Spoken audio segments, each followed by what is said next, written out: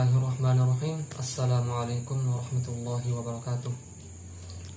Allah menciptakan segala sesuatu di dunia ini dengan berpasang-pasangan dan berlawan-lawanan. Allah menciptakan ada laki-laki, ada perempuan, ada langit, ada bumi, ada terang, ada gelap, ada baik dan ada pula kejahatan. Allah memerintahkan kita untuk menjalankan perintahnya karena ada kebaikan padanya. Dan Allah memerintahkan kita untuk menjauhi larangannya karena ada mudarat padanya. Jadi tidak pantas bagi kita untuk berpikir buat apa Allah memerintahkan kita dan melarang kita. Jadi pada kesempatan kali ini saya akan menyampaikan beberapa perbuatan baik yang terdapat dalam Al-Quran. Yang pertama, taubat. Disebutkan dalam Quran surat An-Nisa ayat 17 dan ayat 18. Bismillahirrahmanirrahim. Innamat taubatu 'ala Allahi lilladzina ya'maluna as-su'a bijahalatin thumma yatubuna min qarib fa ulaika yatubu Allahu 'alaihim wa kana Allahu 'aliman hakima. Sesungguhnya taubat yang diterima di sisi Allah adalah orang yang melakukan perbuatan maksiat karena kebodohan, kemudian mereka bertaubat dengan segera. Mereka itulah orang-orang yang diterima taubatnya di sisi Allah. Dan Allah Maha mengetahui lagi Maha bijaksana. Walaisatit taubatu lilladzina ya'maluna as-sayyi'at hatta idza hadara ahaduhumul maut qala inni tubtu al-an walalladzina yamutuna wa hum kuffar ulaika a'tadna lahum 'adaban alima. Dan tidaklah diterima taubat orang-orang yang melakukan maksiat yang hingga apabila telah datang ajal kepada salah satu dari mereka barulah ia mengatakan, sesungguhnya saya bertaubat sekarang. Dan tidak pula diterima taubat orang-orang yang mati dalam keadaan kafir. Mereka itulah telah kami sediakan azab yang pedih. Dalam kitab tafsir Ibnu Katsir dijelaskan, Allah berfirman, Allah menerima taubat orang-orang yang melakukan maksiat karena kebodohan selama ia belum dicabut nyawanya sampai tenggorokan. Mujahid dan lain-lain berkata, orang yang melakukan maksiat maupun disengaja ataupun tidak berarti ia bodoh hingga ia menghindari perbuatan tersebut. Para sahabat Rasulullah SAW juga berpendapat bahwa orang yang melakukan maksiat adalah orang yang bodoh baik disengaja maupun tidak. Tsumma yatubuna min qarib, kemudian mereka bertaubat dengan segera. Qatadah mengartikan selama ia masih berada dalam keadaan sehatnya. Dan Hasan al-Basri mengartikan dengan selama ia belum dicabut nyawanya sampai tenggorokan. Rasulullah SAW bersabda, Inna Allah yaqbalu taubatal 'abdi ma lam yughargir. Sesungguhnya Allah menerima taubat hambanya selama hambanya itu belum dicabut nyawanya sampai tenggorokan.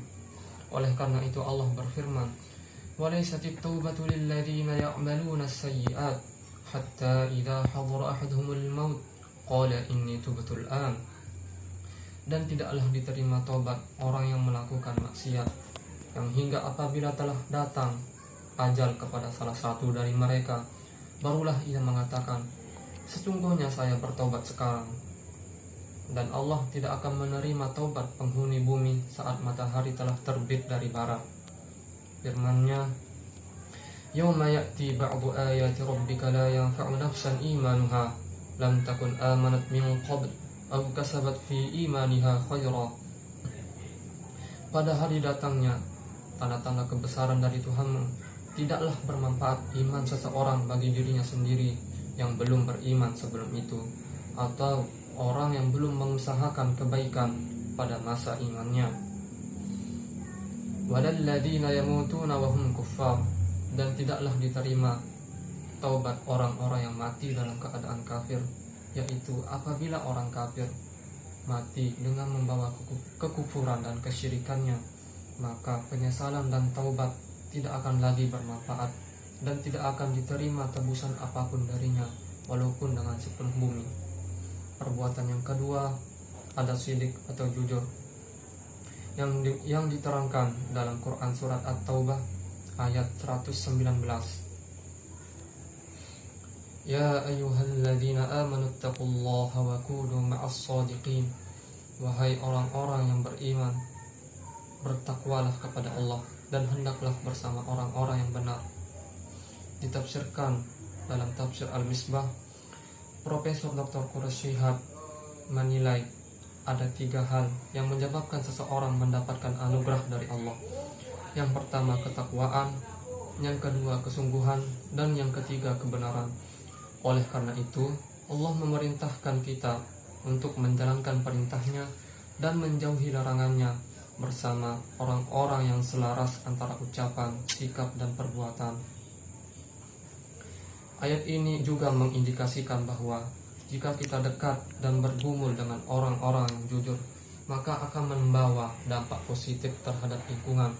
Dengan kata lain, pepatah mengatakan, jika Anda tidak bisa menjadi orang yang baik, maka tirulah mereka. Jika tidak bisa, maka dekati dan bergaulah dengan mereka. Jika kita dekat dan bergumul dengan orang-orang yang jujur, maka lambat laun kita akan juga meniru perbuatan apa yang ia lakukan sehari-hari. Pendek kata, jika kita bergaul dengan penjual minyak wangi, maka nanti juga kita akan dapat wanginya. Begitu juga dengan sikap dan perbuatan seseorang. Rasulullah SAW juga berpesan kepada para sahabat untuk berlaku jujur, karena dengan jujur akan membawa kepada kebenaran. Dan dengan jujur pula, segala urusan kita akan dipermudah oleh Allah dan dicintai oleh Allah dan makhluk-makhluknya. Kemudian perbuatan yang ketiga, ada amanah, yaitu memikul amanat. Disebutkan dalam Quran surat Al-Ahzab ayat 72. Inna aradna al-amanata 'ala as-samawati wal-ardi wal-jibal fa'abayna an yahmilnaha wa ashfaqna minha wa hamalaha al-insan innahu kana zaluman jahula. Sesungguhnya kami telah mengemukakan amanat kepada langit, bumi, dan gunung-gunung, maka mereka enggan untuk mengembannya, dan mereka takut akan mengkhianatinya. Lalu diembanlah amanat itu oleh manusia. Sesungguhnya manusia itu amat zalim dan amat bodoh. Diterangkan dalam kitab Taisir Al-Karimir Rahman fi Tafsir Kalamil Manan, Syekh Abdurrahman bin Nasir As-Sa'di rahimahullah berkata, ayat ini menerangkan bahwa betapa beratnya mengemban amanat. Amanat ini berupa menjalankan perintah Allah dan menjauhi larangannya. Asalnya amanat ini ditujukan kepada makhluk-makhluk besar seperti langit, bumi, gunung-gunung, dan lain-lainnya.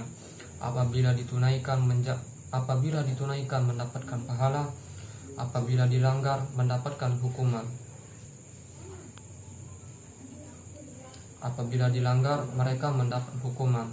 Namun mereka tidak bisa mengembannya, bukan karena durhaka kepada Allah, bukan mereka durhaka kepada Allah, atau mereka ingin menuai sedikit saja pahala. Dilihat dari menjalankan amanat itu atau tidak, manusia digolongkan menjadi 3. Yang pertama, ada kaum munafik, yaitu yang secara lahir ia nampak menjalankan amanat, namun secara batin tidak. Yang kedua, kaum musyrik, yaitu yang secara lahir dan batin dia tidak menjalankan amanat. Golongan yang ketiga, kaum mukmin, yang secara lahir dan batin menjalankan amanat dengan baik. Mengenai balasan dan pahala, Allah menerangkannya pada ayat selanjutnya. Liyu'adziballahu al-munafiqina wal-munafiqati wal-musyrikina wal-musyrikat wa yatuballahu 'alal mu'minina wal-mu'minat wa kana Allahu ghafurur rahima. Sehingga Allah mengazab orang-orang munafik laki-laki dan perempuan, orang-orang musyrikin laki-laki dan perempuan, dan Allah menerima taubat orang-orang mukmin laki-laki dan perempuan. Alhamdulillah, ayat ini ditutup dengan menyebut 2 nama Allah yang mulia untuk menunjukkan kemahasempurnaan ampunan, rahmat, serta karunia-Nya. Namun kebanyakan manusia tidak mensyukuri ampunan dan rahmat tersebut, malah membalasnya dengan kemunafikan dan kemusyrikan. Ibnu Taimiyah menyimpulkan ada 2 sebab yang menyebabkan amanat ini berat untuk diemban. Yang pertama karena kebodohan, dan yang kedua karena kezaliman. Bodoh dan zalim adalah 2 hal yang hampir berdekatan. Bodoh karena tidak tahu bahwa dirinya zalim, dan zalim pada hakikatnya orang itu adalah orang bodoh yang menghalanginya untuk mendapatkan ilmu. Perbuatan yang keempat ada al-wafa bil ahdi, yaitu menepati janji atau menyesuaikan perkataan dengan perbuatan. Diterangkan dalam Quran surat As-Saff ayat 2 dan 3. Ya ayyuhalladzina amanu lima taquluna ma la taf'alun. Wahai orang-orang yang beriman, mengapa kalian mengatakan apa yang tidak kalian perbuat? Kabura maqtan 'indallahi an taqulu ma la taf'alun. Amat besar kemurkaan di sisi Allah bahwa kalian mengatakan apa yang tidak kalian perbuat. Diterangkan dalam tafsir Al-Misbah, kata kabura berarti besar, tapi yang dimaksudkan adalah amat keras, karena sesuatu yang besar terdiri dari banyak hal atau komponen. Kata ini juga melukiskan sesuatu yang aneh, karena orang-orang beriman langsung disindir oleh Allah dengan mengatakan, wahai orang-orang yang mengaku beriman. Karena pada saat itu mereka ingin dijelaskan mengenai perbuatan apa yang disukai oleh Allah. Ketika sudah dijelaskan, mereka malah mengkhianatinya dan enggan untuk menjalankan perbuatan tersebut.